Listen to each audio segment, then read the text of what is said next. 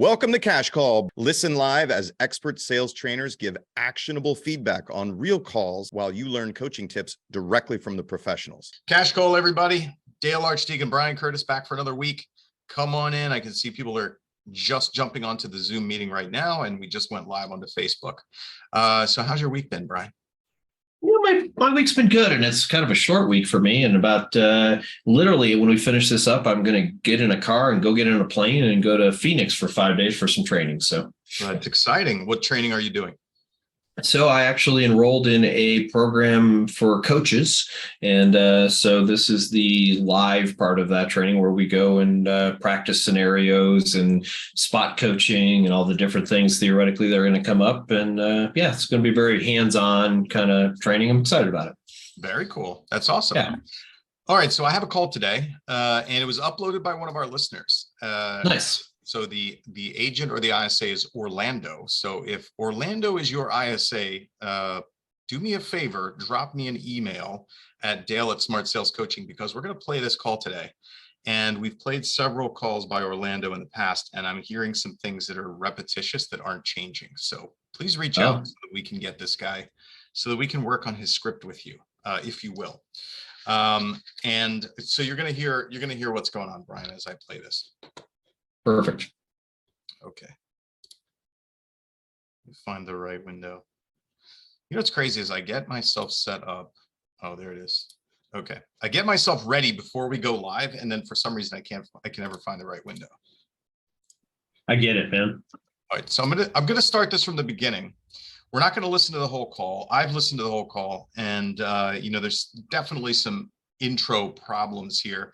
And I wanted to play this call because, we do talk a lot about intros here, but that's because they really set the tone for a call. That intro script that we use, which is, are you going to be purchasing in the near future or just window shopping at this point?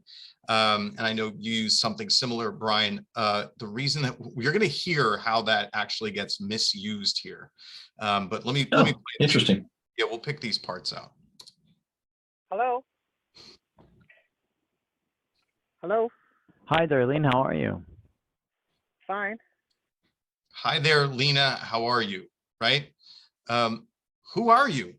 Why are you on my phone? Anytime that somebody, especially when it takes a minute to get connected, listen, anytime somebody answers their phone, they want to know three things. They want to know three things. Who are you? Why are you calling me? What do you want? Right? That is what they want to know. So when you get onto a call, there's a couple of ways to structure the way that you get into a conversation with a stranger. One is with using a salutation, and one is without a salutation. So knowing that somebody wants to know, who are you? Why are you calling me? What do you want to know? If you don't use a salutation, it sounds like this. Ring, ring, Brian. Hello. Hello, Brian. This is Dale Archdekin with Amazing Realty. I'm giving you a call because you registered on our website to look at homes for sale. I wanted to see if you're planning on buying in the near future or if you're just window shopping at this point. Got it, everybody?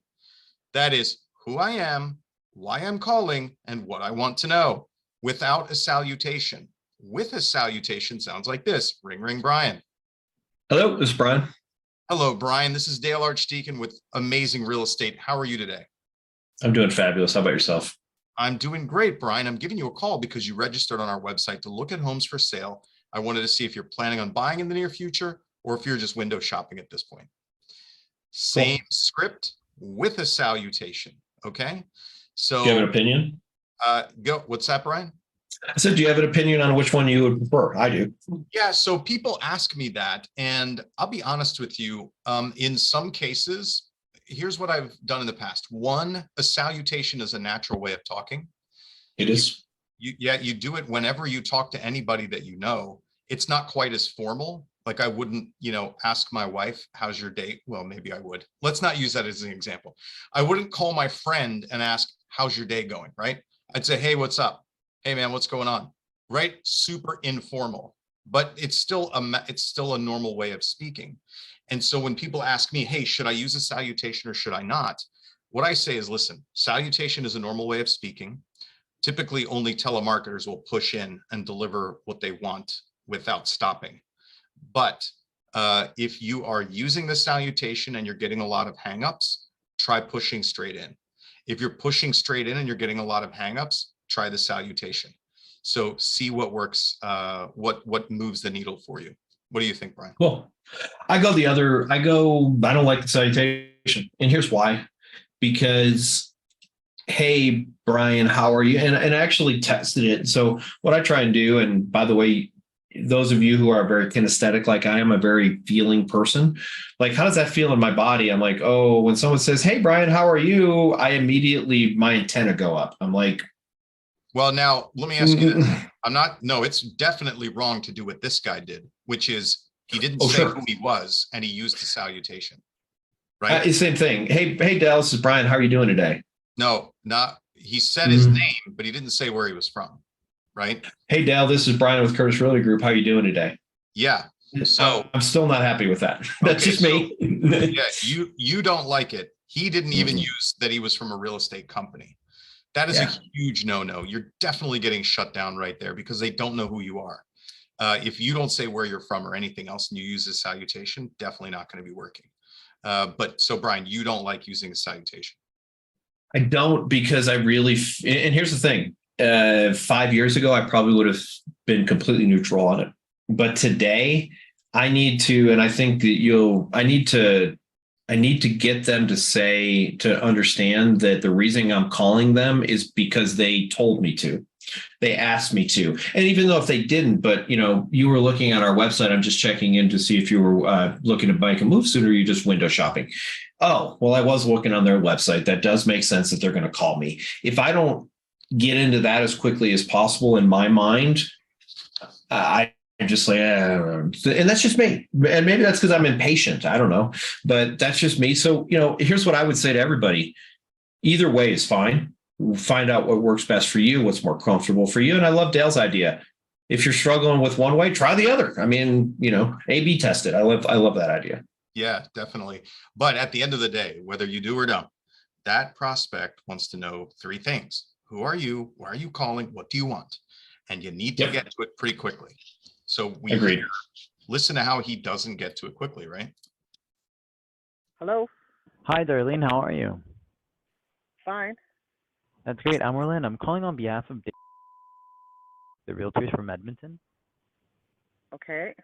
Yeah, the reason of the call is that we actually got a notification that you're interested in purchasing a home from our website. So we got a notification that you're interested in purchasing a home from our website. I guarantee you that is not the case. Now listen to what she says. We were calling to see if you're looking to purchase in the near future, or you're just getting started.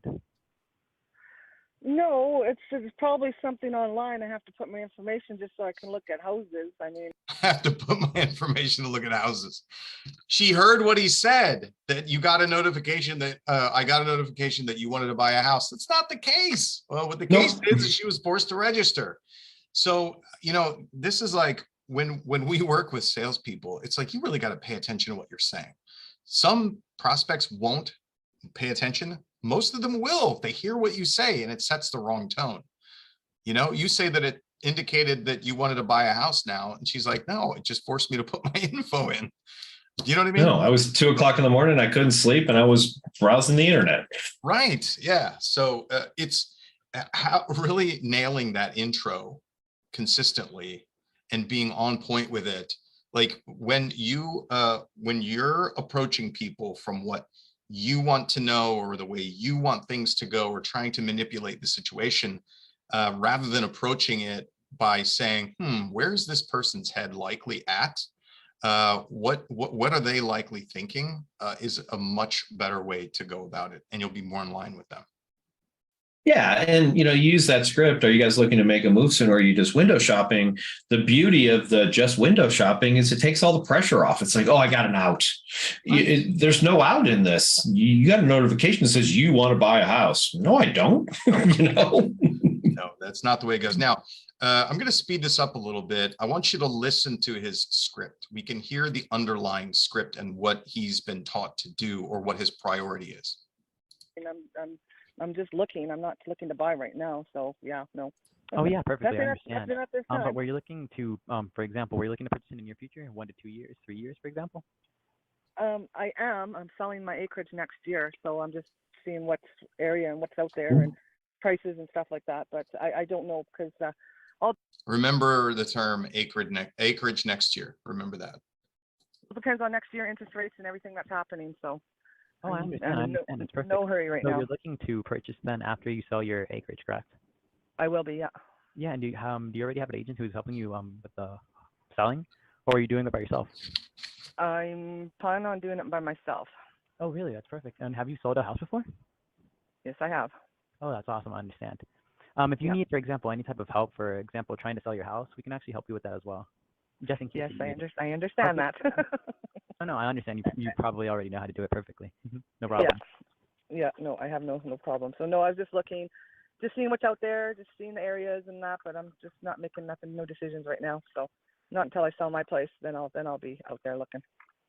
Okay, no problem. Do you have, for example, an idea of what you're looking for? Okay, we have an idea of how his script goes, right? Hammering on when are you going to buy or sell, right? Do you have an agent? And then with agent, she said, sell it herself. So he took a slight step to the left, which is, have you done it before? And then he goes into, we can help you sell. What are you looking for, right? So very basic script that this guy's following. Now, one of the massive issues here, and the reason that a sales manager or the team leader has to be listening to this stuff is because if you're in the room with Orlando and all you hear is one side of the conversation, it sounds like he's really great at what he does. If you listen to both sides of the conversation and you're an experienced salesperson, you know that this is pretty much a one-sided conversation with a lot of missed opportunity in here to have a natural conversation about what this woman's doing, when she's doing it, why she's doing it, and why she's doing it at that time period. Like, none of that natural conversation is taking place. He's following a rigid script that really isn't serving him. Yeah, and to me, he forgot, in my opinion, what is the very first rule of any sales conversation: build some rapport. Like, there's zero rapport here. How do I know there's no rapport? Yep, I'm good, fine, thank you. I mean, if it's not a 2-word answer, it's a 1-word answer. Like, Yeah. Neither of those are any good. So, when you talk about the acreage, oh, great, how many acres do you have? Yeah. Talk about that. Right. And by the way, his gives, we can help you sell. Every client, seller, whatever you want to call them on the planet, when a real estate agent tells them they can help sell, here's, I can get the commission. That doesn't feel like that I'm offering you anything, because that's why I'm calling you. I'm fulfilling my need. My needs are getting met. Give a rip about yours. So, you got to give something in return here. Hey, by the way, out of curiosity, has anyone come and taken a look at your land, give you an idea of what it might be worth in this market? There's an opportunity. Can I set you up on a search that'll send you similar properties that will show you what what your land will be worth? Because land's a little bit more challenging to price than a house. Houses are actually relatively easy to challenge to plan, but land is so dynamic in different ways that I'd love to get one of our experts who focuses on land to come out and have a conversation. It doesn't mean you have to work with them. It just gives you an idea to help you make a better decision about how you want to move forward. Yep. Absolutely. And did you remember I said, remember acreage next year? Mm-hmm. Twice she said, I'll be doing something next year after I sell my acreage, my land, whatever it is. Never once did he ask what was going on or why next year was the right time or whatever it may be. And that is, one of the key principles that we teach. One of the first principles we teach a salesperson is now, sooner, or logical next step. What that means is, can you buy or sell now, prospect? And if the answer is not now, we follow that. Why not now? Tell me why not now makes the most sense for you. How does that work? What does it look like? What are you going to get out of not now?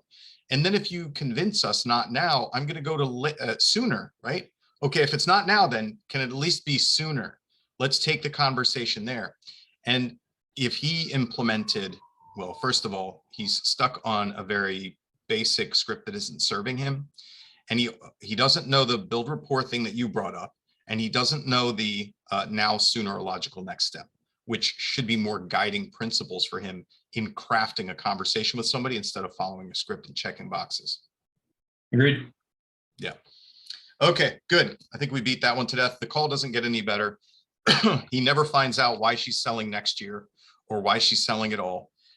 He finds out what she wants to buy and puts her on a search, and she will forget having that conversation about a minute and a half after this call ends. So it doesn't get any better. Awesome. Yeah, not awesome. Next. Next, what do you have? So I've got a call that oddly enough is also about land, which I think, I don't get a lot of those, but small world, things run in threes. So I guess maybe our next call will be about land as well. Brian, we have a national housing shortage. I think that land is going to be a very popular topic for a long time. Well, look at us being ahead of the curve. Okay. Anyway, I'm just going to go ahead and play this call. I think it kind of speaks for itself. I chopped this up a little bit. The intro basically isn't there. The intro was fine. I'll just say that. And you know what, Dale? What is it? 4.5 years we've been doing this, and I still forget to hit share sound sometimes. Okay. Well. Let's make sure this is all cranked all the way up. Here we go. Give me a thumbs up. Quest Realty, how are you? Good. How are you? Good. Realtor.com, they asked us to give you a call regarding a property inquiry. So just wanting to see how I can help. All I see is Zoom. And I hear myself. How about now? There we go. Now we see your music thing. Are you the listing agent by chance for the property I was looking at in Elkins? No, I would be a buyer's agent, but I can Pause. find out any. Pause. All right, Brian, here's what I teach for that. Okay. Would you happen to be the listing agent by chance for that property? I would just go straight into a question back. Sounds like you have questions about it. What can I answer for you? Yeah. And I'm okay if you actually just say no.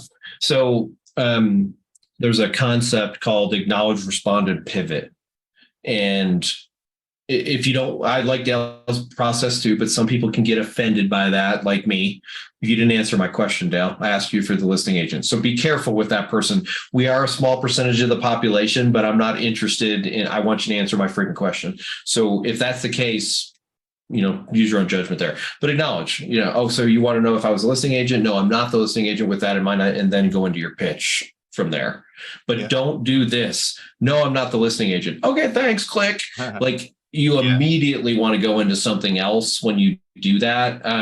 I also want to point out the couple of things that I didn't like about the way that she handled it. She sounded disappointed, frustrated. Some negative emotion came in her voice when that question was asked. Mm-hmm.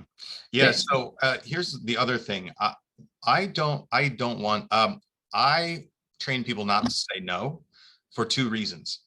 If you're a solo agent and that that's not your listing and you don't even know whether or not it's at your brokerage, then you can answer the question truthfully if you want. I suggest that you do it the way that I did, because the small percentage of Brian's out there, you could just deal with them anyway.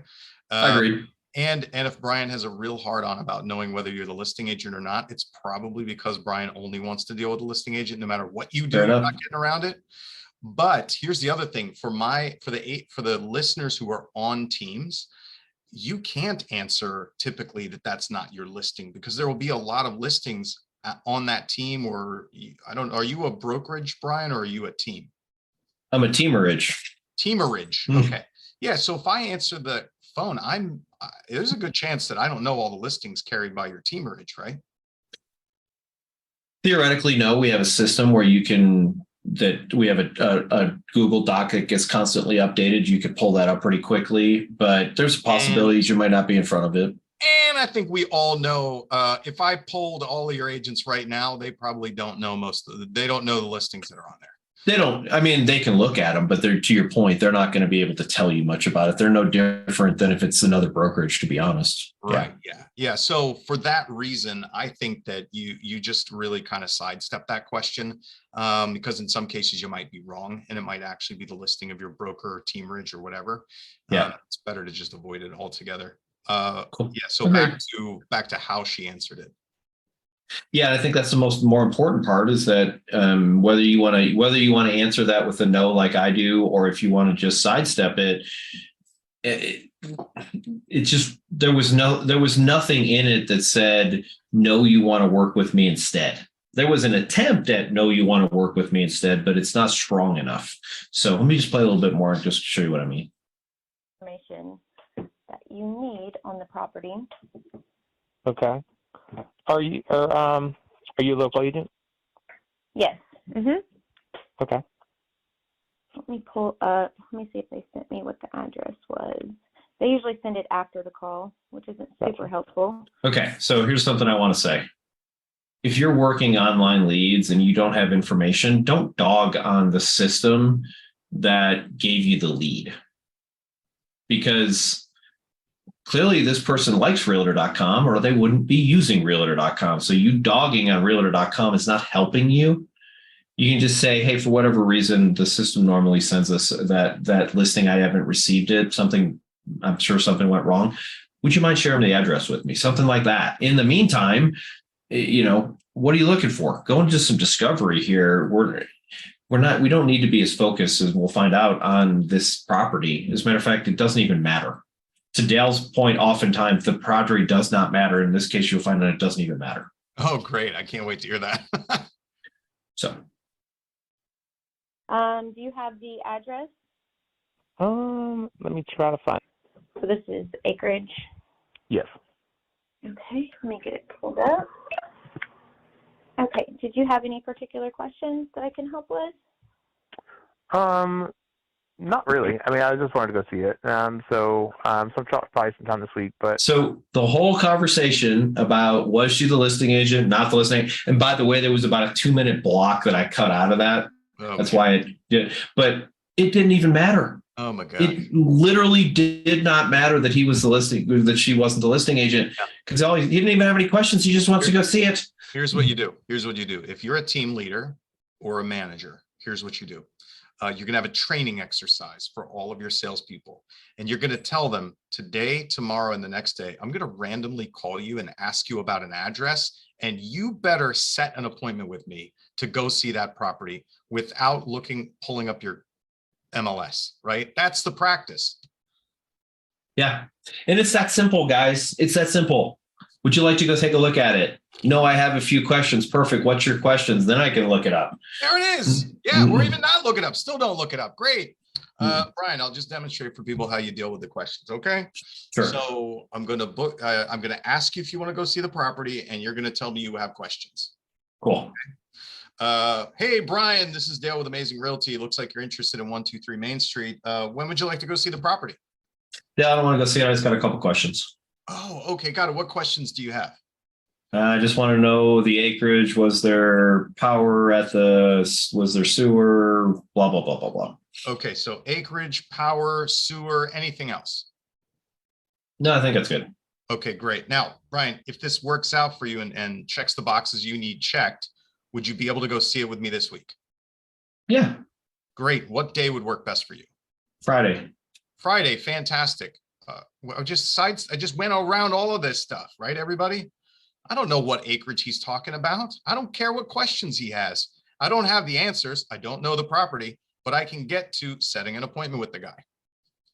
Yeah, it's funny. I was training an agent the other day and we were talking about all the questions that get asked at a property. And he was I'd say we had some limiting beliefs around his abilities as a real estate agent because he didn't know all the answers to all the questions. And I said, I'm going to teach you a script, and you got all excited and ready. I'm like, here's the script. I'm not 100% sure, but I'll find out. That's the entire script. Here's the best part. At the end of the show on the property, hey, on a scale of 1 to 10, how do you guys feel about this property? Is it something you'd be interested in, or just rate it for me? Oh, it's a 4. Do I need to find those answers? No. It's a 4. They're not interested. They hate the property. Or let's say that they were super interested in it, and I'm still going to find the answers. I show them 3 more properties, and they don't even care about that house anymore. Right. Even if it was a 7 or an 8, they found a 9 or a 10. So most of the time, you don't even have to find the answers out. And so now be willing to if it's applicable, but half the time you don't even have to do that. So anyway. Yeah, of course. Yeah, and I would say that are we listening to more of this call, or are we done with this one? Well, we can. It's kind of up to you if you want to listen to a little bit more of it. We could. I was going to keep talking. I didn't know if if there's more to listen to, we can do that too. Yeah, I want to point something out. Let me fast forward and see if I can find it. Represent the seller. So I would be more than happy. Okay, so this is an interesting thing, and there's some good thing that happened here and a bad thing that happened here, and then we'll be finished. Not. Yeah. I would definitely be more than happy to help you. I mean, it's really in your best interest to work with a buyer's agent instead of. Can you go back a little more? I want to, whatever he got to a decision point, and I don't know if it's because of a question she asked him. Cool. The selling agent. Probably sometime this week, but I didn't realize when I was putting in an inquiry that it was just going to like some random thing, and then I thought I was putting an inquiry in with the selling agent. Pause. This is why I say you avoid that stuff at the beginning. Don't tell them no if you have to tell them. If you don't tell them no unless you have to. Avoid saying no. Yeah, that's why I want to avoid saying no, because this guy probably doesn't know what he's doing, and he thinks it's a best practice to go directly to the listing agent for whatever reason. And if I can just avoid putting that, he got that negative seed planted in his head at the very beginning when she said no, right? No, I'm a buyer's agent. Let's listen to more. I want to hear what happens there. Okay, here you go. Let's see. Sure. But I was not aware. Are you wanting to work with the selling agent, or would you want to work with a buyer's agent that would represent you? Because the selling agent will represent the sellers. Pause. Okay, now I would teach her instead of asking, do you want to do this or do that, and making it a difference, I'd first start with a broader question, which is, got it, what was important to you about speaking directly to the listing agent? Yep. I want to start with a broader question. I like that question as well. But here, I'm going to point out something that she did that was very positive that most agents wouldn't do.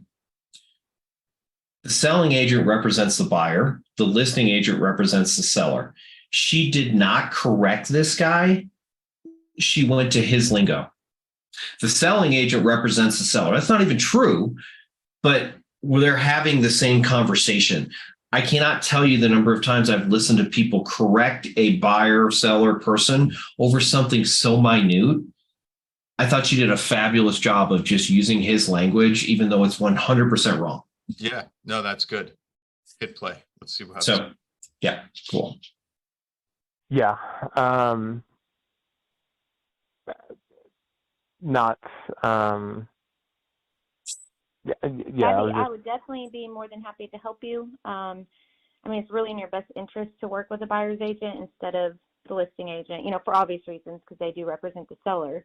So I would be more than happy to help you. Are you looking just for recreational land, or are you looking to build? Yeah, recreational land. Okay. And potentially like build like something small on it, just for recreation. Yeah, it looks like it has a little structure on this property. Yep. Some sort of like shed. Anyway, I will say this because we are kind of at time. She does set an appointment with him, and it kind of works out. But okay, and she captured this piece of business. I mean, she set the appointment. I mean, I don't know if it's something that's closed or not going to close or anything there. I'm not that far down. Do you know whether they met or not? I don't. Okay. Here's the reason I was asking is because maybe we got him over that listing agent infatuation. Maybe we didn't, but I feel like, she did a good job in the absence of having a little more strategic training, which if that guy's still stuck on listing agent, it will come back around, or he'll ghost the appointment or whatever. And so in instances like that, I think that you have to get it out on the table why he thought that, or thinks or thought that was important, and how committed or not committed he was to that concept. Because if he thinks it's important, or he thinks there's a big benefit to it, what she did there, he may go play along with it and then just ghost or not talk to her again because of that underlying belief or whatever it is that didn't get out onto the table. Agreed. So yeah, there's a lot of opportunity for growth here. Some things were done right, but it's crazy if we just tweak little things, how much more powerful our conversations could be. Oh yeah, definitely. So anybody listening to this, randomly call your agents and ask them about an address when they're driving around or at the grocery store picking their kid up. Okay. And tell them you want to go see it and see what they do. Cool. Dale, I got to go get on a plane. So as much as I'd love to talk to you, I'd do that, but I'm out of here. Thanks everybody. Appreciate you. And we'll see everybody next week. Have a great week. Thanks for listening to Cash Call today. If you like what you heard, come check us out at smartsalescoaching.com, and we'll be back again next week.